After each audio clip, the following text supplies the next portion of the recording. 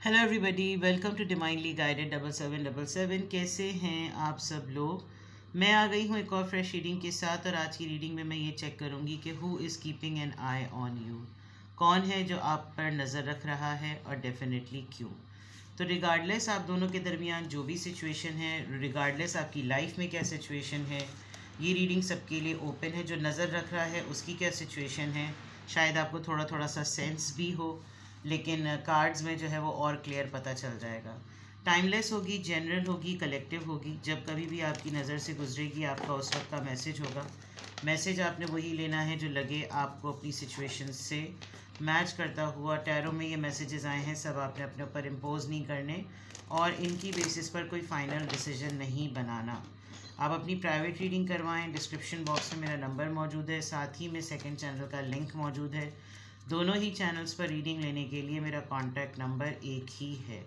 So without any further delay let's see के who is keeping an eye on you. कौन है जो आप पर नज़र रख रहा है, और फिर एंड में चेक करेंगे कि क्यों। Who is keeping an eye on you.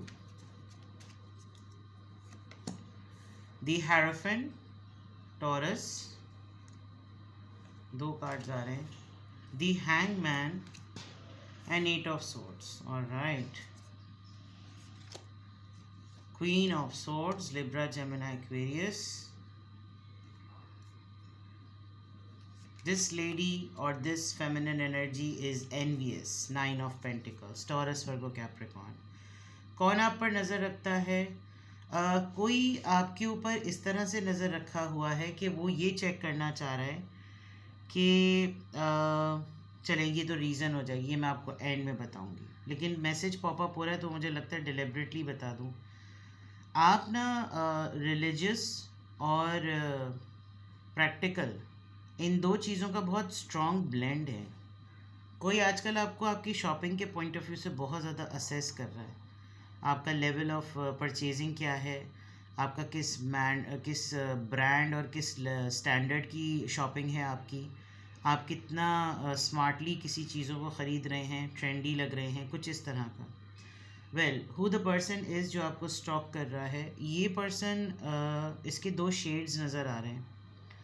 शायद इस पर्सन ने बहुत ज़्यादा अपने बारे में ये बताया हुआ है कि ये बहुत रिलीजियस है, बहुत ही तस्बीहात, बहुत ताक़ीबात, बहुत ही नमाज़ें, ये नमाज, वो नमाज, फ़ला नमाज, ये इबादतें, ये पूजा, ये पाठ, ये मंदिर, ये चर्च, ये सब चीज़ें, यानी ज़ाहिर बात है हर तरह का रिलीजन यहाँ नज़र आ रहा है। जो क्रिश्चियनिटी में होता है वो भी, जो मेडिटेशन योगा वो भी, और सजदा अलग, तस्बीह के दाने अलग। ये जो आपको आजकल स्टॉक कर रहा है, मुश्किल है इसके लिए ट्रांसफॉर्मेशन करना। ये चेक करना चाह रहा है कि आप दोनों चीज़ों को बैलेंस कैसे लेके चल रहे हैं। इसने अगर नया नया ये लबादा ओढ़ा है, ये नया नया इसने अपने अंदर ये तब्दीली ये इंसान अपने अंदर लेकर आया है, तो सबसे पहली बात तो ये कि इसको रियलाइजेशन की डाउनलोडिंग बहुत कम हो रही है। जो होता है ना स्पिरिचुअल डाउनलोड होना, कि पता भी तो चले कि मेरे पे रूहानियत आ गई है, पता भी तो चले कि मैं चेंज हो रहा हूँ, पता भी तो चले। अगर इंसान अपनी अमलियात में जो मुझे इस इंसान का मसला लग रहा है कि इसका अमल जो है वो बहुत प्रैक्टिकलिटी बेस्ड है, और इसकी सोच जो है वो इसको कह रही है कि तुम अब स्पिरिचुअल हो जाओ, लेकिन दोनों के कॉम्बिनेशन में थोड़े से मेडिटेशन का मसला है, थोड़ी सी हायर सेल्फ की एक्टिवेशन का मसला है। कुछ ज़िंदगी के मैटर्स ऐसे हैं जिसमें ये फ़ैसला नहीं ले पाता। करेज चाहिए होता है अपनी इस कंडीशन को रिकग्नाइज़ करने में। दुनिया छोड़ना मुश्किल हो रहा है। दुनिया छोड़ने से मुराद ये कि जो लग्जरीज़ होती हैं उसको छोड़ना मुश्किल हो रहा है, और ये कोई ज़रूरी भी नहीं होता। आप एक रेगुलर लाइफ के थ्रू बहुत आसानी से रिलीजियस और स्पिरिचुअल भी हो सकते हैं, बिकॉज़ वो तो आपकी नफ्स की जंग होती है। आपने अपनी इस्लाह करनी होती है, अगले को कुछ प्रूफ नहीं करना होता। आप अपने दीन को समझें, आप अपनी इस्लाह करें, और अपने ऊपर सबसे पहले पाबंदी आयद करें कि आप क्या क्या चीज़ें करना अब छोड़ेंगे। जब आप अपने लिए फ़ैसला करना शुरू करते हैं तो फिर आप दूसरों के लिए रोल मॉडल बनते हैं। रोल मॉडल बनने में भी सालों लग जाते हैं। ये आपका कॉम्पिटिटर भी हो सकता है। ख़ास तौर पे मैं ये देख सकती हूँ कि बहुत क्लोज़ वर्किंग में है आपके साथ, और क्लोज वर्किंग में होने के बाद ये सबसे इम्पॉर्टेंट बात ये है कि इसको वो मार्जिन और वो स्पेस नहीं मिल रहा जिससे जैसे आप रिकग्नाइज्ड हैं ये रिकग्नाइज्ड हो जाए, एक बात। दूसरा ये कि लोग आपको आपकी प्रैक्टिसेस से बहुत ज़्यादा जानते हैं, इसकी ऑल ऑफ फेल में भी तजाद है। कहना कुछ लेकिन अमल उल्टा, सोचना कुछ लेकिन बोलना उल्टा, ये तमाम चीज़ें नज़र आ रही हैं। लेस इज़ मोर होता है और लिमिटेड रिसोर्सेज का सर्वाइवल होता है। आप बहुत ज़्यादा हाई फाई परचेजिंग पर नहीं हैं, आप बहुत ज़्यादा ट्रेंडी स्टाइलिश नहीं है, लेकिन जब भी आप करते हैं अपने लिए कुछ भी तो आप बहुत अच्छा करते हैं। तो वो एक छाप छोड़ देता है। आपको रेगुलर ट्रेंड्स के बजाय अपना ट्रेडमार्क सेट करने का बहुत ज़्यादा शौक़ है। आप जो भी चीज़ें चल रही हों आजकल के हिसाब से, you want do that, but still आपके अंदर एक स्पार्क है। तो विद द 9 ऑफ पेंटिकल्स आप या तो अपना हेयर कट प्लान कर रहे हैं, कोई स्पेशल डाई आपने ले लिया, कोई चैलेंजिंग चीज़ आपने ऐसी कर दी जो कि करना बड़ा डेयरिंग अटैम्प्ट समझा जाता है। तो ये पर्सन जो है वो बिल्कुल आपकी तरह ना इसलिए ये आप पर नज़र रख रहा है ताकि इसको आपके हर मूवमेंट का, हर एक्टिविटी का पता चलता रहे। कुछ इसकी लाइफ में मसाइल बिल्कुल लटके अटके हुए हैं, बिल्कुल ऐसे कि जैसे स्टक हुआ हुआ है, समझ सब आ रही है लेकिन प्लान नहीं है, और प्लान अगर है तो इम्प्लीमेंटेशन नहीं है। और ऐसी जगह पर ये इंसान स्टक है जहाँ पर एक तो स्टक है वो अलग बात, उस पर से कोई फ़ैसला लेना हो तो बिल्कुल नहीं, मेरी तो पोजीशन ही नहीं है, मैं तो ऐसा कर ही नहीं सकता, मुझसे तो ऐसा होगा ही नहीं। अगर वाकई इंसान बहुत ज़्यादा दिल से अपने ऊपर इबादत के लिहाज से बहुत काम कर रहा है तो शायद यही चीज़ इसको ज़्यादा परेशान कर रही है कि फिर ये सब चीज़ें वर्क क्यों नहीं कर रही, बिकॉज़ हर चीज़ अपने अंदर एक अमल मांगती है। तो जो आपको पर्सन स्टॉक कर रहा है, आप उसकी इंस्पिरेशन ज़रूर हो सकते हैं, उसके आइडियल ज़रूर हो सकते हैं, लेकिन उसके लिए डिफ़िकल्टी हो रही है क्योंकि शायद उसकी और आपकी ज़िंदगी में एक मेगा डिफरेंस है in terms of survival, in terms of struggle. But this person is quite stuck. इसको सबसे इम्पॉर्टेंट जो मैं यहाँ चीज़ देख सकती हूँ, इस इंसान से फ़ैशन नहीं छोड़ा जा रहा, ख़ातून हो या मर्द, फ़ैशन नहीं छोड़ा जा रहा। और आजकल बहुत ज़्यादा गुस्सा आ रहा है। आजकल ये हो सकता है ये ऐसा इंसान हो जिसने अपने सर्कल में ये दावा किया हुआ हो कि मेरी अब इनसे कोई बातचीत नहीं होगी, मेरा अब इनसे ताल्लुक़ ख़त्म, लेकिन ये आपको मुस्तकिल स्टॉक करेगा, आपको मुस्तकिल चेक करेगा ताकि ये आपकी एक्टिविटी से बिल्कुल गाफिल ना हो, क्योंकि इसका कोर फोकस आप ही हैं। तो with this hierophant card let's see कि यहाँ पर taurus, species, Libra, Gemini, Aquarius and taurus, Virgo, Capricorn की एनर्जी क्यों आई है। सबसे पहले देखते हैं हेरोफेंट की एनर्जी यहाँ पर क्यों है। Page of Pentacles, they are comparatively lesser than you. बहुत कंजूस, बहुत ही पेटी, बहुत सरफेस पर शो ये करना कि बहुत लेविश चीज़ें ख़रीद रहे हैं, बहुत लेविश वर्किंग कर रहे हैं। ये आर्टिस्ट हो सकते हैं, इनको पेंटिंग करने का बहुत शौक़ है, but they are not reaching to that level जो कि आपका है। जो मैंने जैसे पहले कहा कि इनसे कुछ चीज़ें नहीं छूट रही हैं, वो अगर ये छोड़ दें तो हो सकता है ये हेरोफेंट की एनर्जी में चले जाएं। आजकल ये किसी स्पिरिचुअल बाबा के पास ज़रूर जा रहे होंगे, वो जो रूहानी आलिम टाइप लोग होते हैं, उनसे कोई ना कोई ज़रूर किसी प्रीस्ट के पास, किसी के पास जाकर अपना काम ज़रूर करवा रहे होंगे एक सडन शिफ्ट के लिए, मुझे ऐसा लग रहा है। ठीक है, द हैंगमैन यहाँ पर क्यों आया है, द हैंगमैन यहाँ पर क्यों आया है।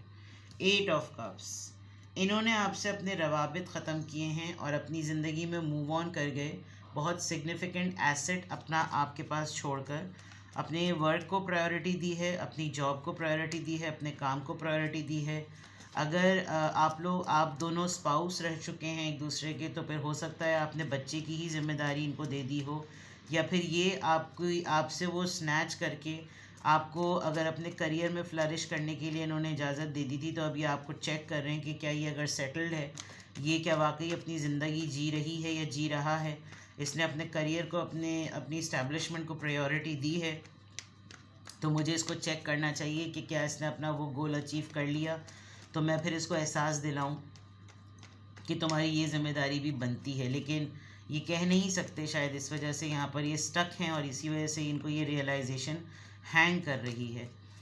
8 ऑफ सोर्ड्स यहाँ पर क्यों आया है, 8 ऑफ सोर्ड्स यहाँ पर क्यों आया है। द चैरियट, जो भी इनके माइंड में फ़ैसला आ रहा है, जो भी ये करना चाहते हैं, जो भी ये बोलना चाहते हैं, ये बहुत तेज़ी से अपने अंदर एक चीज़ लाना चाह रहे हैं। इनके अंदर लैक ऑफ लीडरशिप आ रही है। ये अपने ही ज़िंदगी के हालात को लीड नहीं कर पा रहे, कोप अप नहीं कर पा रहे। जिस तरह से इनको अपनी ज़िंदगी का चार्ज इन्होंने दावा करके लिया था, उस दावे को भी ये पूरा नहीं कर पा रहे कि ये तो बात मैंने ही कही थी, अब मैं इस चीज़ से निकलूँ कैसे और इस चीज़ को कवर कैसे करूँ। तो विद द 8 ऑफ सॉर्ड्स को अगर चैरियट एनर्जी यानी कैंसेरियन एनर्जी है, तो स्टक हैं। They want to be with you, they want to talk to you, लेकिन स्टॉकिंग पे गुजारा इसलिए चल रहा है बिकॉज एक बात कह देते हैं ना आदमी के, ठीक है बेटा देखेंगे, और अब तो मुझे तुम्हारी शक्ल भी नहीं देखनी। कुछ इस तरह का 8 ऑफ कप से 9 ऑफ पेंटिकल्स से ऐसा मामला लग रहा है। लेट्स सी ये क्वीन ऑफ सॉर्ड्स की एनर्जी क्या है। शायद आप इस इंसान से नाराज़ हैं। क्वीन को किंग ऑफ वॉन्ड्स, ये पर्सन आज भी आपके लिए पैशनेट है, लेकिन आपकी नाराज़गी से, आपके गुस्से से डरता है ये इंसान। और आपके लिए जितना ही आपको स्टॉक कर रहा है उतना आपके अंदर अट्रैक्शन फील कर रहा है, लेकिन एक ईगो आ जाती है ना कि वो मेरे आगे क्या बेचता है या बेचती है। उसको तो जुम्मा जुम्मा 8 दिन हुए भी काम सीखे हुए, मैं तो इस फील्ड का चीता रह चुका हूँ। और वाकई ये हकीकतन कोई स्किल्ड पर्सन है। इनका लिटरली कोई बेकिंग का या कोई ऐसा इनका काम होगा। ये मास्टर शेफ़ हो सकते हैं, ये हेड शेफ़ हो सकते हैं, ये एंटरप्रेन्योर हो सकते हैं, इनका कोई अपना स्टार्टअप बिजनेस हो सकता है। आप अपनी तौर पर कहीं कोई लॉयर शॉयर हो सकते हैं। दोनों क्वालिफ़िकेशन पॉइंट ऑफ व्यू से, स्किल पॉइंट ऑफ व्यू से, प्रोफेशनलिज्म पॉइंट ऑफ व्यू से दोनों इक्वलेंट हैं। वो क्वींस की एनर्जी में तो आप किंग्स की एनर्जी में, वो स्वॉर्ड्स की एनर्जी में तो आप वॉन्ड्स की एनर्जी में। यानी जो आपको स्टॉक कर रहा है पर्सन, उसका आपके साथ काम करने का मामला रहा है, और शायद ये आपके नॉर्म्स एंड कंडीशंस पे नहीं उतर पा रहे थे, आप इनके नॉर्म्स एंड कंडीशंस पे नहीं उतर पा रहे थे। लेकिन ये पर्सन आपको चेक ज़रूर करता है ताकि वो देख सके कि आप अपनी फील्ड में आगे कितने बढ़ रहे हैं। 9 ऑफ पेंटिकल्स यहाँ पर क्यों आया है? 9 ऑफ पेंटिकल्स यहाँ पर क्यों आया है? 8 ऑफ पेंटिकल्स। आप अपनी लाइफ, ये जब आपको स्टॉक कर रहा है तो ये देख रहा है कि आप अपनी लाइफ मस्त जी रहे हैं, जैसा कहते थे वैसा ही कर रहे हैं, जो सोचते थे वैसा ही हो रहा है। आप डेयरिंग हैं तो डेयरिंग अटैम्प्ट्स कर रहे हैं, आप एक्साइटेड हैं तो एक्साइटमेंट में हैं, आप एडवेंचरस हैं तो एडवेंचर्स कर रहे हैं। जबकि इस इंसान को अपनी कैपेसिटी में रहते हुए भी मेहनत करनी पड़ रही है। आपने अगर गोल सेट किया था कि आप वेट लॉस करेंगे, आपने वो अचीव कर लिया, ये अभी तक स्ट्रगल कर रहे हैं और इनको बार बार रीफिक्सिंग करनी पड़ती है। अब ये चीज़ सही नहीं हुई, अब दोबारा से इसको ठीक करूँ। आज जिस तरह से ट्रेनिंग सही नहीं की, अब इसमें ये चीज़ सही लेकर आऊँ। लेकिन आप शायद 1 साल आगे थे या 1 साल पीछे थे, जो भी था आपने अपना माइलस्टोन अचीव कर लिया। ये पर्सन अभी भी स्ट्रगल कर रहा है। ये स्टॉक करता है तो ये नोटिस करता है कि मैं कुछ तो पता करूं कि इतना लेविश जो है वो माइंडसेट कैसे हुआ हुआ है, इतना लग्जीरियस माइंडसेट कैसे हुआ हुआ है, इसको कैसे टाइम मिलता है अपने अंदर ये तमाम चीज़ें करने का। तो इस तरह की चीज़ें, और ये बार बार अपनी ही लाइफ को रीफिक्स करते हुए नज़र आ रहे हैं। तो जो पर्सन आपको स्टॉक कर रहा है उसकी एनर्जी इस तरह की आई, उसकी एनर्जी को क्लैरिफाई से किया है। नाउ कम्स टू कि क्यों ये पर्सन आपको क्यों स्टॉक करता है, ये पर्सन आपको क्यों स्टॉक करता है, why this person stock you.